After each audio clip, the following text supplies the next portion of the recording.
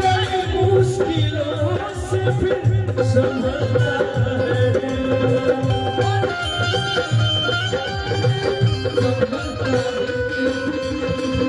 कोई और तो चलता है बड़ी मुश्किलों से फिर संभलता है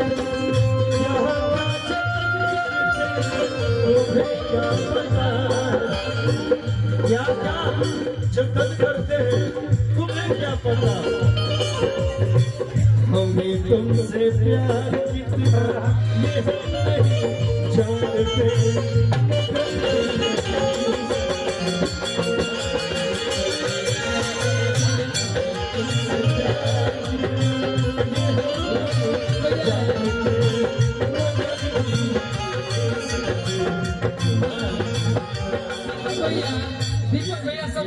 प्यारे भाई ना मेरा भगना है तो मेरा भी भगना होगा ना शत्रुघ्न भैया ये जो बोले हैं इस पे हम कर रहे हैं जब समय है ना तब तक आप किसी के साथ रहिए चाहे बिछड़ जाइए समय जाने के बाद किसी का कोई नहीं है तब कहते हैं भैया तब कहते हैं जो आप कहे ना हमें तुमसे प्यार कितना इसी पे करते हैं भरोसा नहीं थे जिंदगी के हमारा भरोसा नहीं जिंदगी के हमारा काहे भैया अरे कि कैसे रहा जान तू चल जाइबू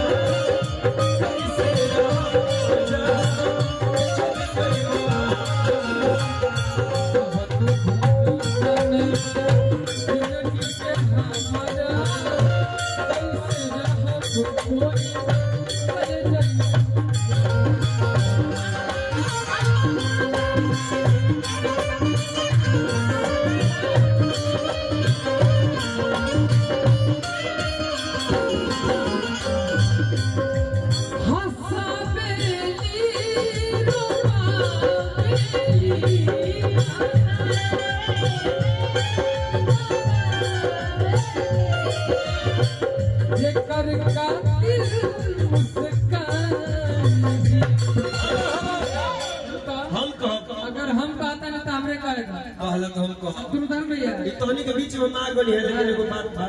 का कही काहे खातिर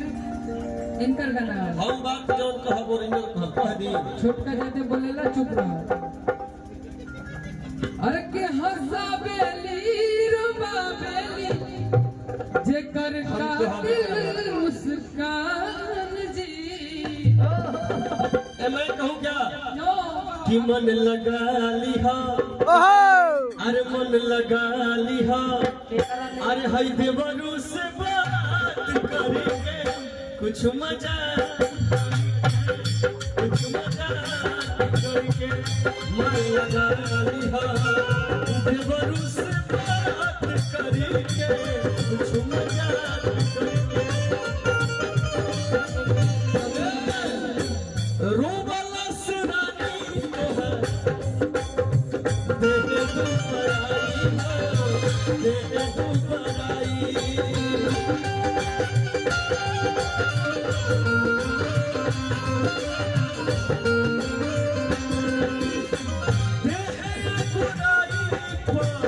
असर पारी जाई असर पारी जाई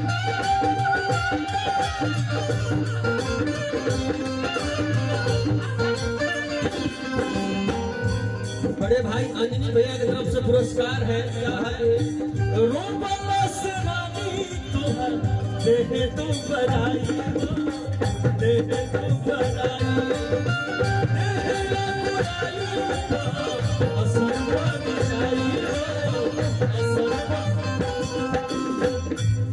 मन लगा लिहा मन लगा लिहा भाई की कुआ से बात करके हम कहते नहीं कि भगवान सब कुछ करे हाँ। है जीवन में